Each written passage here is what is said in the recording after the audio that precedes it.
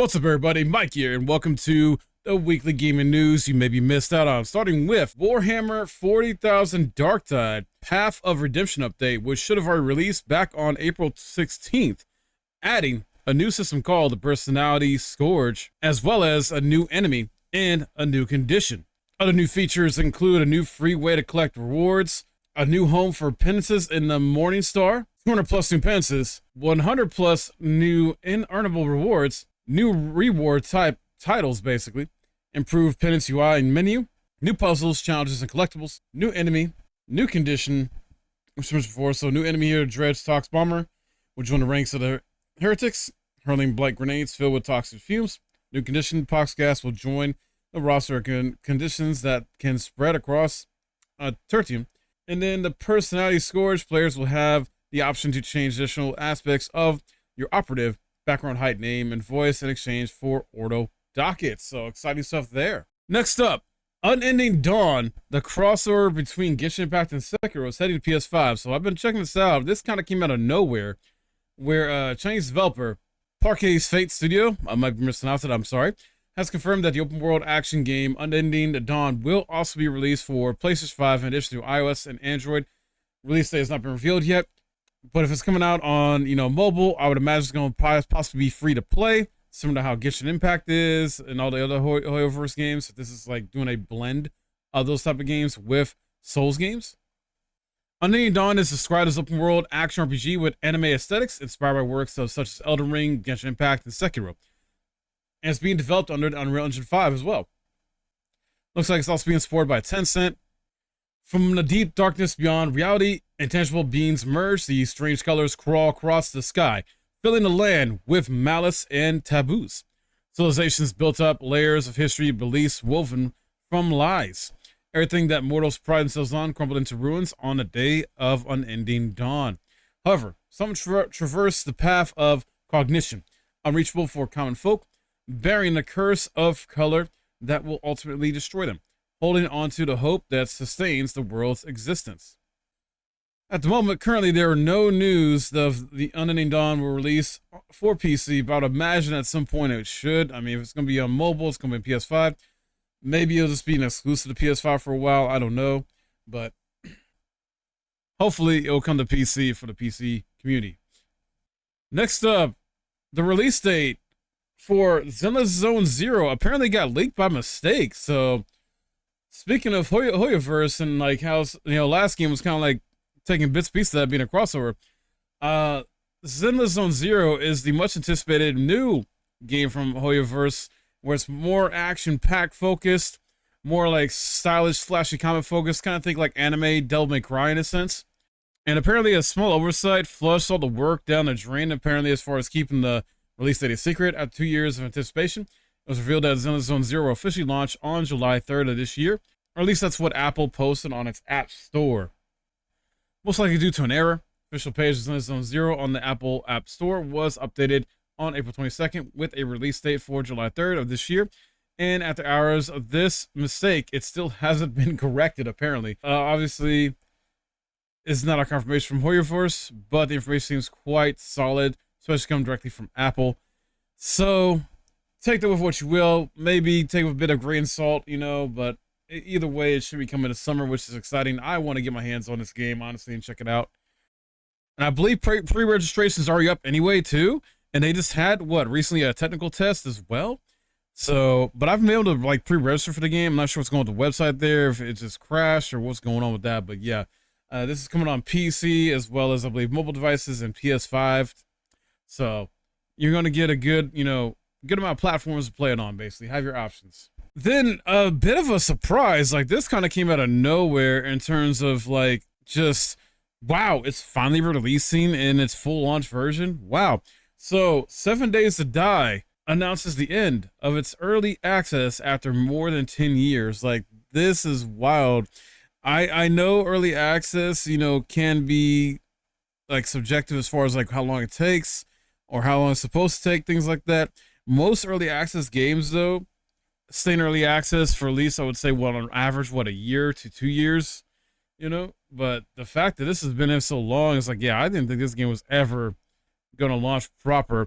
Heck, And there's like other games out there that I think been out there in early access even longer than this one, or just about. But anyway, so the devs announced this, and that the early access phase will end and reach, version 1.0 in its next update scheduled for June on PC.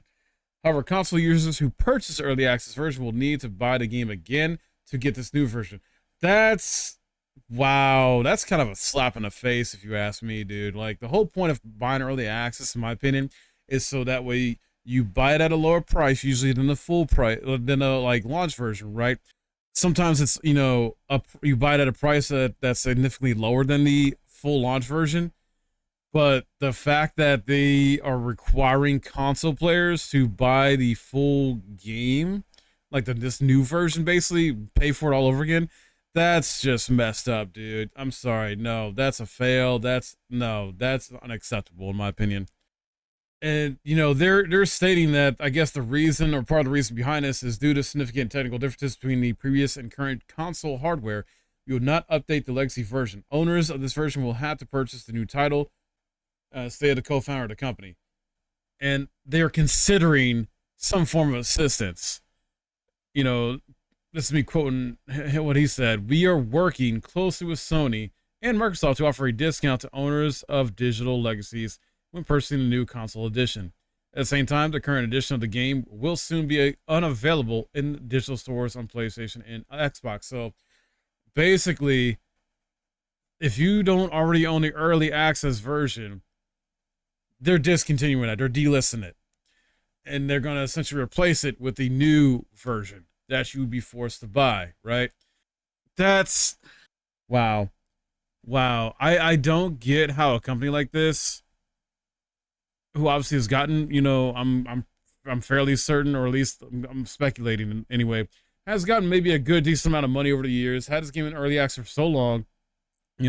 Other companies, when they do early access, pretty much the majority of the other companies, are able to give the players, either update the early access version or allow them to download the full game version without any like repurchasing of any kind or any other issues.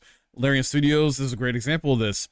They got rid of the early access version and replaced with the full game, and players, just had to download that new version. They had to pay any extra money or nothing. But then you guys do like this. That's just like, wow. I'm sorry, dude. That's a slap in the face to the consumer player base. That shows you're greedy, in my opinion. You're not willing to put any effort to update the early access version, or at least give the new, full version for free to people who've already paid for the early access version. Like, that makes no freaking sense to me. What a ripoff, dude. But apparently for PC players, that's not the case. So the situation is different for PC players. Users who purchase early access will be able to acquire 1.0 at no additional cost. However, they will not be able to use the current progress in the new edition, so they will have to restart the game over. So apparently, PC players are good, but fuck console players. Good job. All right, moving on to another company that's very questionable as far as how their methods are. And a lot of people are upset at them for how Star Wars Outlaws is being handled. Ubisoft. So, Assassin's Creed Hex details leaked, apparently. Oh boy, Ubisoft cannot stay away from getting stuff leaked. So, Assassin's Creed Hex, the most supernatural and darkest installment of the Ubisoft saga, leaks a new details about the protagonist, story, and powers. It's not yet an official name. It was just codename Hex, so we don't still know what's going on with this exactly. But from the aesthetics, we know it will be set in the 16th century and will revolve around the witch hunts during the Roman Empire. It's expected to release in 2026. So we're still gotta wait another 2 years for this game. According to the source, Assassin's Creed Hex aims to be a more linear game compared to its predecessors. Although it will still feature open world exploration, its protagonist will be female, possibly named Elsa, who possesses some supernatural abilities. While her abilities are unknown, some secretly sent images to the media show the character being pursued by German soldiers until she uses a spell to possess a nearby cat. Players will be able to control the possessed animal to distract the soldiers, all in dark and gloomy environments in the cobblestone streets of the city. Just so it seems the game will bring back the fear system from Jack the Ripper DLC of Assassin's Creed Syndicate, which instilled fear in enemies throughout its story. According to Tom Henderson, the game is still in relatively early stage of development, but has some details about its protagonist, also a woman with supernatural abilities. Looks like she will be the only available protagonist in a more linear game than other titles. So think of this as, I guess, what I'm getting from this is it's going to be similar to what Assassin's Creed Mirage was. I don't know if it's going to be priced the same or higher, but would it be more of a linear experience with some, elements of world exploration, which basically was Assassin's Creed Mirage? I'm just guessing it's going to be something like that type of experience and amount of content. And then lastly, we got the Master of Fate final patch update for Lords of the Fallen. So Lords of the Fallen receives new update, and this is the version 1.5, and this is the last major update for the game. I would imagine they're still gonna probably do like, smaller updates and patches in the future if there's any other issues with the game they want to, patch out and fix. But yeah, Hexworks Studios and CI Games have released a significant update, version 1.5, called Master of Fate for Lords of the Fallen, which will end compatibility with the Dark, and its main novelty is the addition of additional modifiers in New Game Plus mode. This version of the game is a result of the player's feedback collected over the past 6 months or so. It includes the advanced game modification system, which introduces a bunch of new features basically and modifiers. So for example, we can randomly change the arrangement of enemies and objects, or activate the permadeath mode where we can only have one life. It is also possible to increase enemy density and reduce health recovered by objects until we deal damage to enemies. And then here's like a look at, the full list of what they're trying to do here. So, significant performance optimization, stability improvements. You got split PvP and PvE game balancing. You got some online multiplayer enhancements for improved matchmaking and connection stability. New quest lines, including Season of the Black, and other stuff here. New armor and weapon sets, additional secret boss weapon abilities, improved boss encounters with additional movesets and new AI. 12 new spells, including the Arena of Satan Immolation. New Grievous Strikes. Each weapon family now features 2 unique finishers, one for single-handed wielding, and another for two-handed wielding. 3 new projectiles, Blood, Vomit, Explosive Mines, and Frost Worms. Quality of life updates, including inventory expansion, appearance reset, storage functionality, and gamepad rebinding. So that wraps up for this week with the gaming news. Let me know your thoughts and comments below about what you think about all the stuff that was talked about today. What you're concerned about, things like that, excited about. This update for Lords of the Fallen is probably, one of the most exciting things for me personally. I'm hyped for. Unending Dawn, I'm looking forward to checking that out as well too. And Zone Zero, really excited for that as well. Can't wait to play those games in the future, guys. So yeah, if you enjoy this, please leave a like as well. Subscribe if you're new. My name's Mike. Thanks for watching.